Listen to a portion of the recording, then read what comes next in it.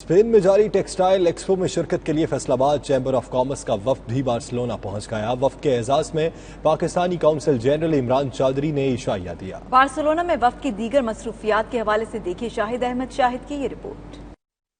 فیصل آباد chamber of small traders and small industries کا 35 رکنی وفد انٹرنیشنل ٹیکسٹائل مشینری ایٹما کی نمائش میں شرکت کے لیے آج کل بارسلونا میں ہے۔ ایٹما ٹیکسٹائل اور گارمنٹس کی دنیا کی سب سے بڑی نمائش ہے جو ہر 4 سال بعد منعقد ہوتی ہے۔ آج اس وفد نے قونصلیٹ میں قونصل جنرل آف پاکستان علی عمران چودھری سے ملاقات کی۔ بعد ازاں پریس کے نمائندوں سے ملاقات اور ڈنر کا اہتمام تھا۔ میاں ظفر اور عدنان اسلم کی سربراہی میں وفد کے افراد نے پریس کو بتایا کہ ایٹما سے ہمیں بہت کچھ سیکھنے کو ملا ہے۔ اس ڈیلیگیشن نے وزٹ کرنے میں سر ہم نے لرن یہ کیا کہ پوری دنیا ورلڈ جو مینوفیکچرنگ کر رہی ہے، کتنی جدید مشینیں بنا رہی ہے، اس میں ویونگ سیکٹر کتنا اپ گریڈ ہو چکا ہے، پروسیسنگ کتنی اپ گریڈ ہو چکی ہے، ڈائز اینڈ کیمیکل کی جدید سسٹمز آ چکے ہیں جو ریسیپیز خود سے بناتے ہیں، ڈیجیٹل پرنٹنگ کا دور آ چکا ہے، ہائی ٹیک مشینز آ چکی ہیں۔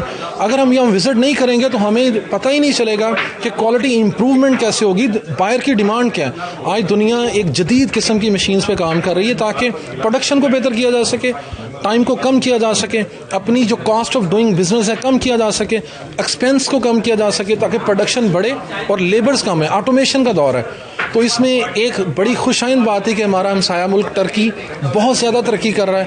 اس نے میٹلرجی میں، انڈسٹری میں، آئی ٹی میں اور ایون کہ اب ٹیکسٹائل سیکٹر میں بہت سارے ان کے سٹال تھے، اور یہیں پہ ایک افسوس کی بات یہ تھی یا ایک پریشانی کی بات تھی کہ پاکستان کے اٹما میں 2019 کی اٹما میں 11,000 ایگزیبیٹر میں ایک بھی پاکستانی کمپنی نہیں تھی جو مینوفیکچرنگ کی تھی۔ اس شعبے میں جدت اور مہارت نے جہاں ہمارے کام کو آسان بنا دیا ہے، وہیں مختلف شعبوں میں بچت کے طریقہ کار کو بھی واضح کیا ہے۔ وفد کے ارکان حکومت اور حکومتی نمائندوں سے تعاون اور سرپرستی نہ ملنے پر شکوہ کرتے نظر آئے۔ وفد نے یورپ میں بسنے والوں کو اس شعبے میں تجارت کا مشورہ اور تعاون کی پیشکش بھی کر ڈالی۔ اگر آپ نے پاکستان کی معیشت میں بہتری لانی ہے تو آپ کو لانگ ٹرم پالیسی اور شارٹ ٹرم علیحدہ علیحدہ بنانی ہوگی، اور جو لانگ ٹرم ہوگی اس میں کوئی تبدیلی اس وقت تک کے لیے آپ نہیں کریں گے جس وقت تک کے لیے وہ پالیسی آپ نے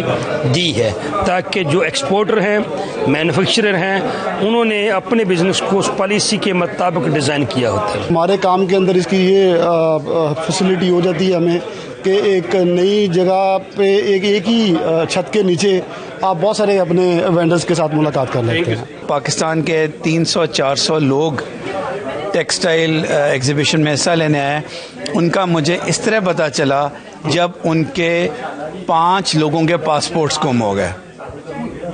مجھے انفارمیشن ہی نہیں تھی کہ پاکستان سے اتنے لوگ آ رہے ہیں۔ تو ہم سب کے پارٹ پہ ایک لمحہ فکری ہے کہ ہم نے جب اس ملک کے لیے اکٹھے ہو کے کام کرنا ہے تو ہم سب کو اکٹھے کام کرنا چاہیے، کوآرڈینیشن سے کام کرنا چاہیے۔